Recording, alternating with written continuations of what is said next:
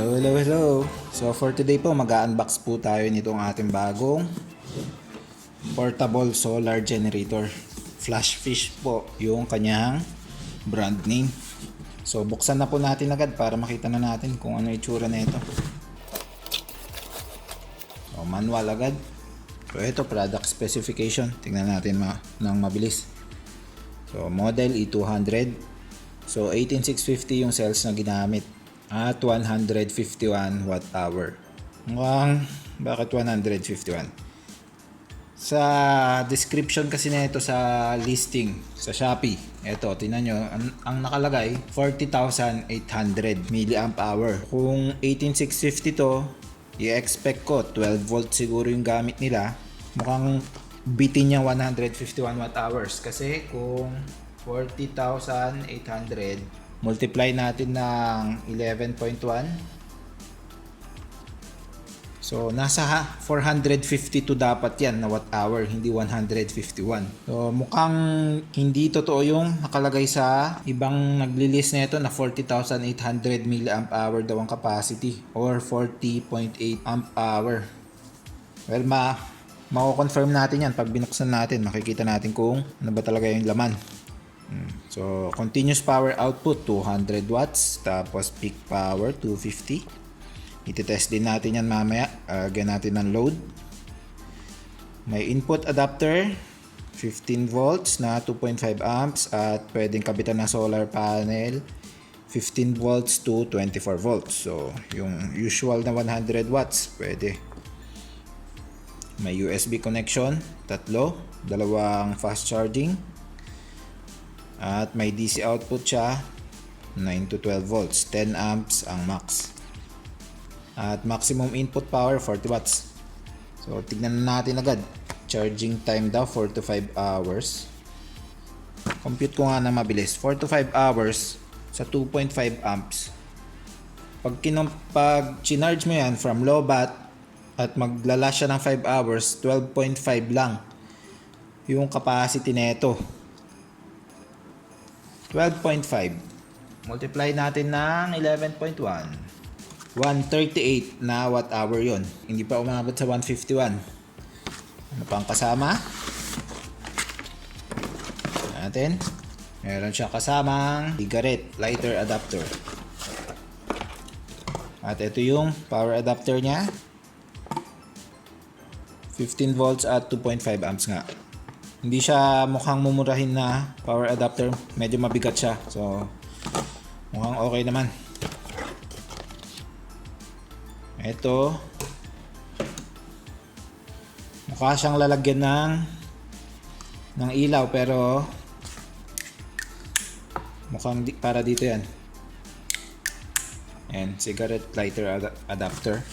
Para kapag meron kang mga devices na sa cigarette lighter sinasaksak, pwede mong gamitin. Tapos ito, pwede mong pang charge or pwede rin ganun. Kung meron kang, kailangan mo ng output na ganito. So, saksak mo sa DC out ng ating portable solar generator. Tapos kung saan mo man isasaksak yung kailangan ng 12 volts. Ano bang kasama?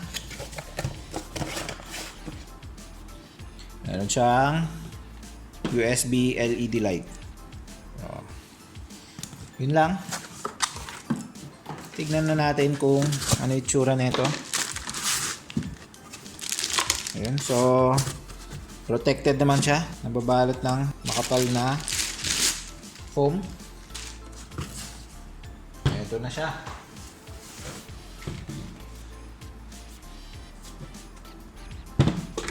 Medyo may konting weight din naman.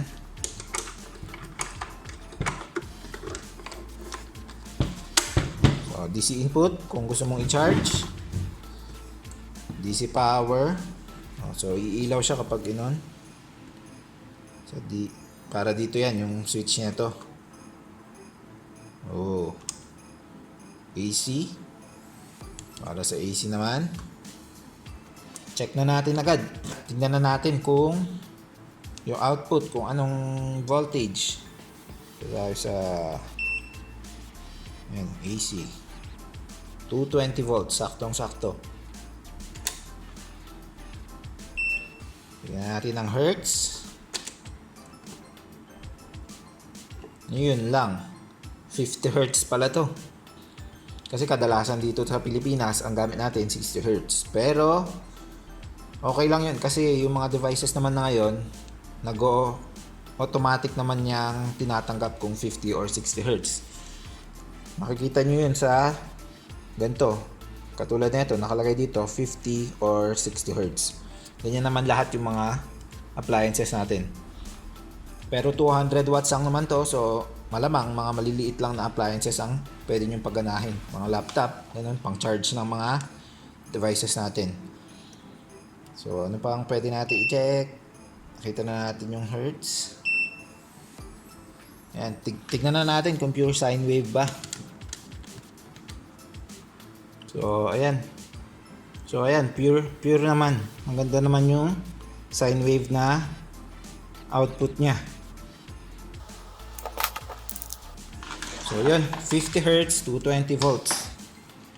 Check natin yung DC output. Ito, kung gumagana ba yung kanyang USB. So kapag hindi naka-on to, hindi gagana. O ayan, may ilaw. So, pwede mong i-on off kung ano man ang kailangan mo, kung DC lang ba or AC. Now let's see kung gumagana ba yung charger niya. Ito meron nakalagay dito ang dalawang QC 3.0. Yung QC po ay ibig sabihin po niyan ay quick charging 3.0 version. Ngayon wala pa akong phone na compatible sa QC 3.0 dahil Huawei po yung mga phone na gamit namin. Pero i-test na lang din natin kung nagcha-charge siya. So ayan, nagcha-charge naman siya. Yun lang, at malamang 2.4 amps lang din yung nilalabas niya. So kung gusto nyo mas mabilis mag-charge at hindi naman compatible sa QC 3.0 yung phone nyo, gamitin nyo na yung kasamang charger mismo nung phone nyo. Saksak nyo na lang dito sa 220. Tapos check natin yung voltage dito sa DC out. Ayan, 12.21. Tingnan natin, charge natin siya. Gagamitin natin yung kasama niyang power adapter. Isasaksak lang natin siya dito. Ayan, DC input. At lumitaw na yung charging.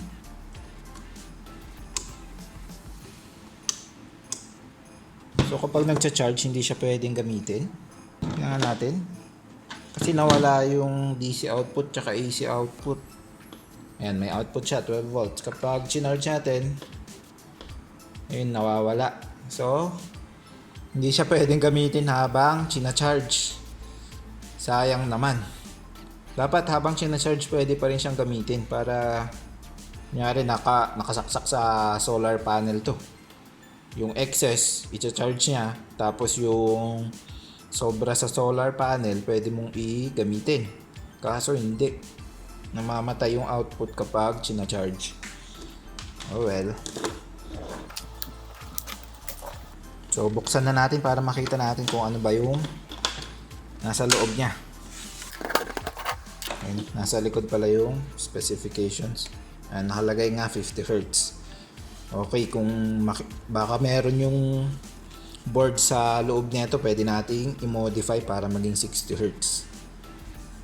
At yun nga, 40,800 yung capacity nakalagay dito na hindi naman siya nagko-coincide dito sa 151 watt hours.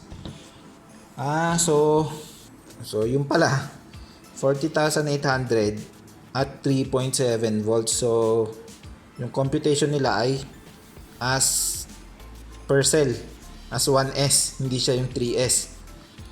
So kung i-divide natin ito ng 3, 40,800. So parang ang capacity lang nito nasa 13.6 na amp hour yung battery niya at 3S. Buksan na natin para makita natin kung 13.6 ba yung kanyang capacity. Medyo misleading yung ginagawa nilang ganyan. Sasabihin 40,800. 1S pala.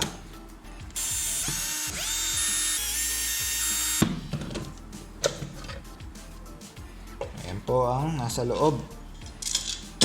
Mukha namang maganda yung build quality.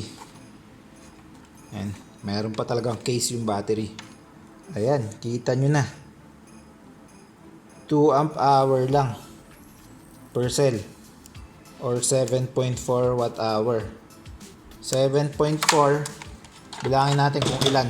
Ilan ba to? 1, 2, 3, 4, 5, 6, 7, 8, 9. So meron siyang 18. So meron siyang 133.2 watt hour. So hindi 151 watt hour. Yun na yung nakalagay dito sa mismong cells na ginamit nila. Ayan, no. 7.4. So siya ay 133.2 watt hour, hindi 151. So yung battery nakakonect lang ng XT60 connector. Ayan. Okay na okay. Kung gusto mong palitan yung battery mo, pwede. Kabitan mo lang ng ibang battery.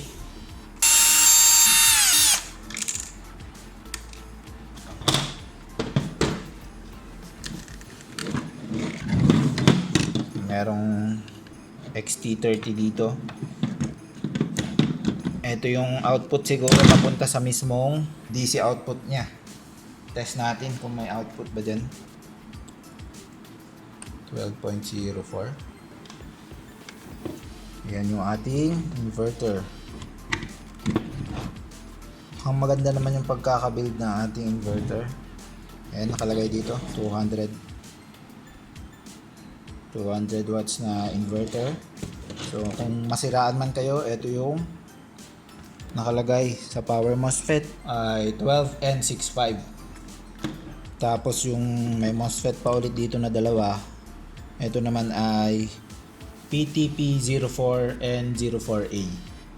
So yun yung mga MOSFET kung masiraan man at gusto nyong palitan.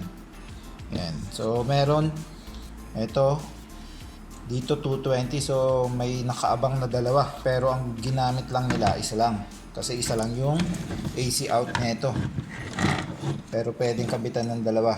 Chinek ko kanina, nakaparallel lang yan. May kabitan din siya ng fan, pero walang fan na nakakonect dyan, at may fuse ito. So ito naman yung kanyang BMS. Mayroon din siyang temperature sensor. So etong solar generator natin, mayroon dalawang temperature sensor. Ito yung isa, yan yung kinokontrol niyan. Etong fan, may fan kasi siya. Ito, so exhaust fan, hindi siya nakakabit anywhere. So yung init lang talaga sa loob. Meron kaya pwedeng i-modify dito para ma-update natin yung kung maging 60 Hz. Kaso hindi siya katulad nung ibang inverter na merong separate na board. So after ko pala i-check yung likod ng ating inverter, ayan, nakita ko meron siya EG8010 na chip. So yan po yung ginagamit nila para mag-generate ng sine wave. Yan din po yung kadalasan na gamit ng ibang mga inverter na gumagamit ng EGS002. Yun din po, EG8010 din yung gamit na chip nun. So pwede po natin siyang i-convert to 60 Hz. Hahanapin lang natin yung pin dito kung saan yung i-short natin to ground. So yun po, pero hindi po natin gagawin muna ngayon yan kasi itetest muna natin tong inverter, kasi baka pag kinonvert natin ngayon masira pa natin, hindi na natin matest itong inverter. So after nating matest tong inverter, saka natin gagawa ng panibagong video kung paano natin mako-convert to 60 Hz. So yun po, buuin ko lang po muna ulit yung ating inverter.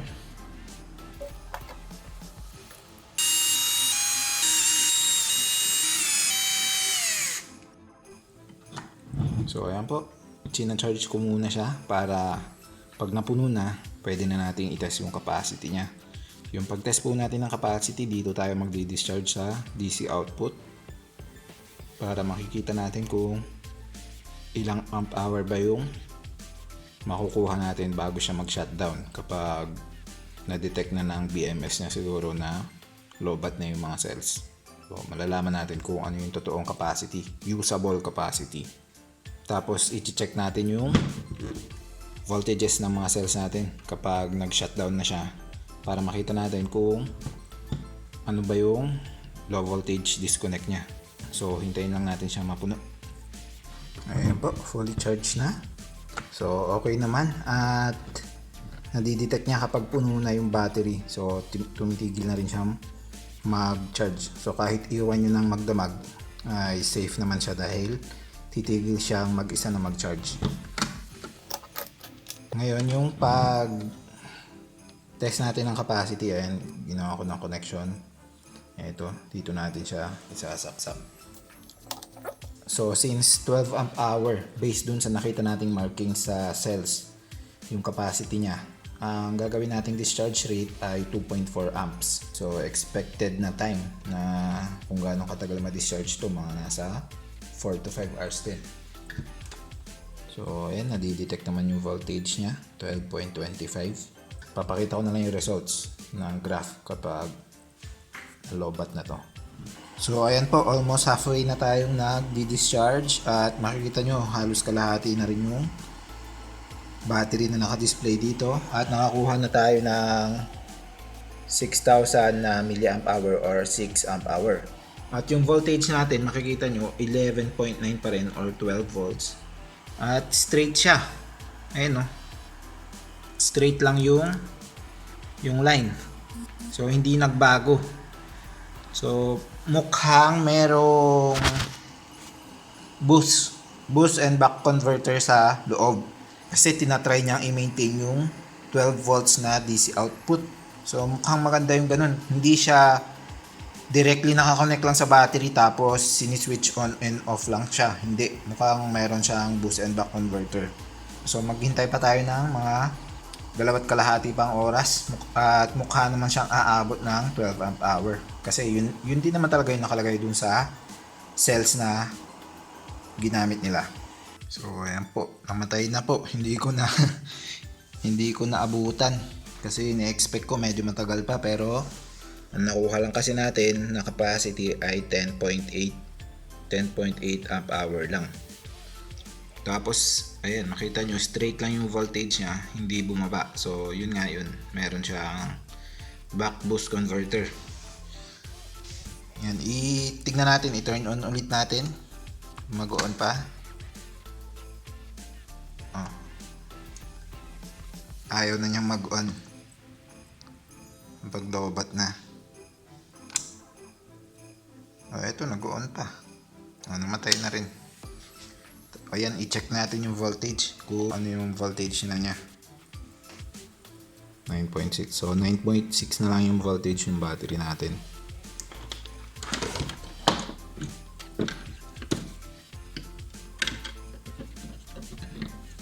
So ayun nga. Ito, so may inductor dito, so may back or boost converter dito. Inductor and capacitor. So check natin yung voltage ng per cell. Ito yung una. 3.2, 3.1,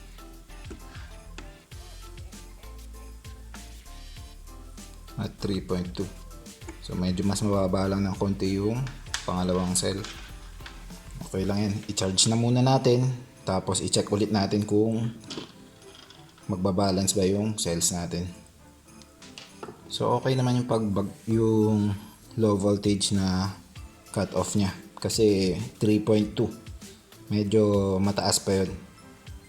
Kayang-kaya pa ng mga to na umabot ko minsan ng 2.8 up to 2.5 volts. Kaya 10 amp hour lang yung nakuha natin kasi yun nga, mas priority niyang protektahan yung cells. So mas okay yun. Yan, hintayin na lang natin mapuno. Ititest naman natin itong inverter niya. So ayan po, katatapos lang po niyang mapuno. Ititest na natin yung mga voltages ng every cell para makita natin kung balance ba. Unang cell 4.19, pangalawa 4.18 nga, at yung pangatlo 4.21. so medyo sumobra ng konti. 4.20 kasi ang maximum dapat, pero konti lang naman, pwede pa. So bali ito mga 18650 ayaw nila ng lagi super puno. So kung ako siguro, after ko ma-fully charge, discharge ko siya ng medyo konti para hindi siya katulad nung isa. Ito nasa 4.21 na yung voltage niya. Mas mabilis na magde-degrade yung cells kapag ganun. So yan po, ang susunod na natin gagawin ay titest natin itong inverter. So ito po, ititest na natin yung inverter natin. Titignan natin kung kaya niya ba talaga ang 200 watts. So meron tayong watt meter dito para makita natin kung ilang watts yung hinuhugot natin. Gagamit tayo na itong ganito, parang speed controller siya. Ang ginagawa niya, ina-adjust niya yung voltage ng output. So ma-adjust natin gamit ito kung ilan yung watts na huhugutin natin sa inverter. Yung load natin ay ito, halogen bulb, 500 watts yan. So kaya natin gagamitan ng ganito para hindi tayo sumobra ng 200 watts. Para ma-adjust natin, i-monitor natin dito yung ating load. On na natin yung inverter. Ayan. So umilaw na. So right now meron siyang hinuhugot na 1.8 watts dahil dito yun. So unti-unti natin tataasan. Tumutunog. May tumutunog sa inverter. Nakakatakot. Ano ba yung tumutunog doon? Tingnan nyo. Ewan ko kung maririnig nyo.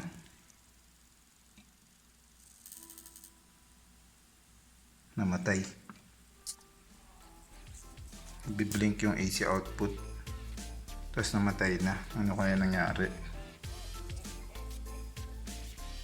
So na-overload kaya. Wala pang, hindi pa tumataas yung load eh. Ulitin natin. Ayun. Narinig nyo ba yun? May tumunog tapos namatay na siya. Wala na. Ayun, nagbiblink yung AC output. So baka overload. Ewan ko kung bakit nagbiblink. Check ko lang yung manual. So plan B tayo. Hindi pwede yung ginagamit natin na ganito. Mukhang ayaw niya yung load kapag ginamitan ng ganito. So ang gagawin na lang natin, try na lang natin yung mga appliance na meron ako dito. Unahin natin yung electric fan. So ito yung electric fan natin, 40 watts yung nakalagay sa rating niya. Tingnan natin kung kaya niya ang electric fan. Kaya niya. Ayun, no? Mababa yung wattage na nilalabas niya, 19 lang, 18. Kapag nakasaksak sa Meralco to, nasa 25 eh. Okay, so gumagana siya sa electric fan. Pwede kaya ang laptop? Ito, i-charge natin yung laptop. Ayun, nag-charge na. Narinig nyo yung nag-beep. 19 watts din. So, pwede siyang pang-charge ng laptop. Ikisasaksak natin itong bench power supply. Tingnan lang natin kung okay din sa kanya.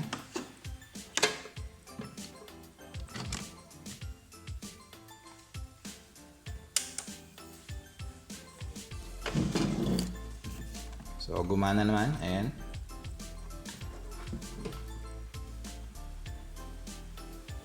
Napindot.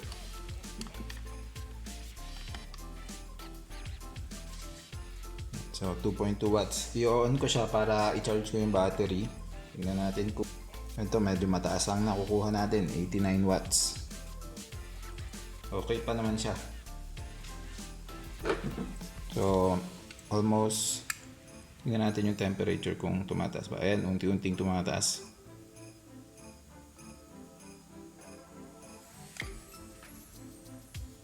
So, yung fan niya hindi umaandar.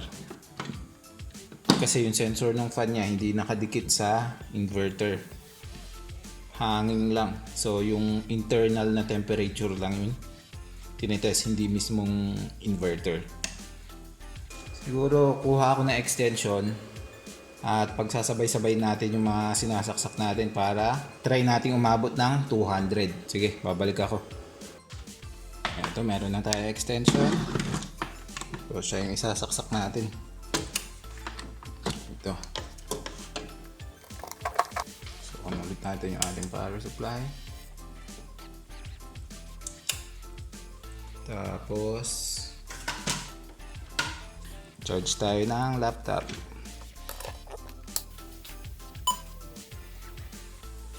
Meron na tayong 50 watts. On natin itong pag-charge. 128 watts na tayo. Kabitan pa natin na electric fan. Tingnan natin kung saan siya titigil. Babaan muna natin itong power supply para ma-adjust natin. Electric fan. Kaya ng inverter natin. 100, tingnan natin. 144 na tayo. Medyo mainit-init na yung ating inverter. Ayan, nasa 46, 51. Dapat may fan na yan. Magpag pa tayo ng isa pang load. Itong ating isa pang power supply. So, 4 na yung nakasaksak.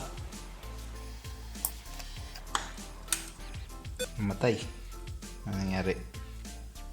Hindi niya nakinaya. So, nung kinabitan natin na pang-4 na load, ayaw na niya.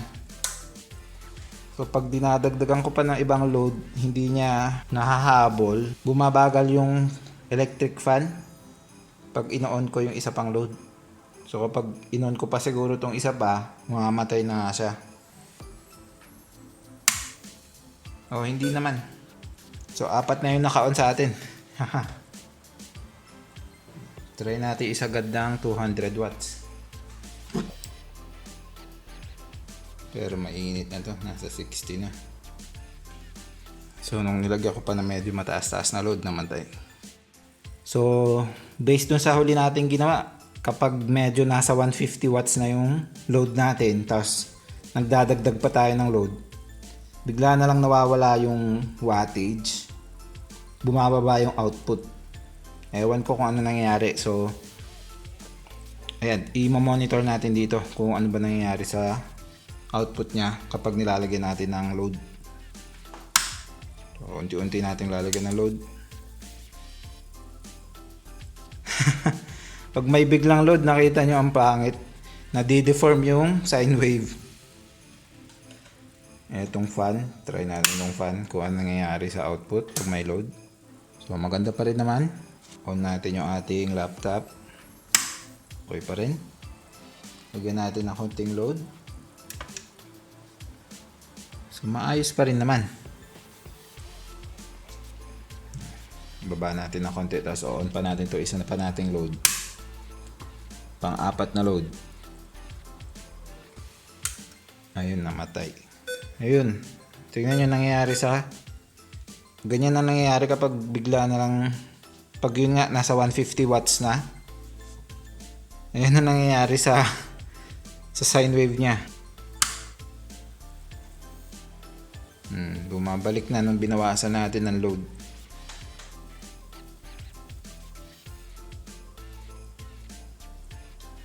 Pag medyo mataas yung surge current, yun, nadi-deform yung output.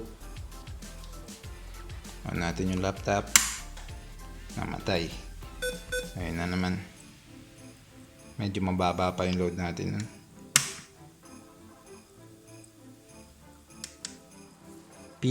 So yun na siguro. Pinakamataas natin, 150 watts. Kapag more than that, bumabagsak na, nawawalan na ng power yung inverter. So yun nga, halos nasa 150, 140 watts yung limit. After nun, pag nilagyan mo pa ng load, namamatay na. Tapos makikita nyo nga yung output kapag tumaas ng sobra yung load mo, nade-deform. Tapos kailangan mong patayin bago bumalik. Kung minsan, babalik mag-isa. So yun po, natest na natin. 150 ang, I guess, para safe, nasa 100 watts ka lang. Pero nakita nyo naman, kayang-kaya niya. Isang laptop, isang electric fan, itong power supply, at kaya-kaya niyang pagsabay-sabayin. So overall, maganda naman siya. Hindi niya naabot yung 200 watts, pero okay lang. 150, okay na yun. Pang emergency light, ganyan. Pang charge ng laptop, pwede. Gumagana din siya sa electric fan. I guess dito na po magtatapos yung testing natin dito sa video. Gagawa natin siguro ito ng follow-up video. Titingnan natin kung anong modifications ang pwedeng gawin natin dito. Pwede nating i-convert sa 60 Hz, tapos lalagyan ko ng maliit na fan dito para makatulong sa cooling ng ating inverter. So overall, sa Flashfish, very good. Ang isang gusto ko lang sana request, pwede siyang gamitin kung habang china-charge. So, aside doon, okay na okay siya. So, ayun. Kita-kita na lang po tayo ulit sa susunod nating video. Bye!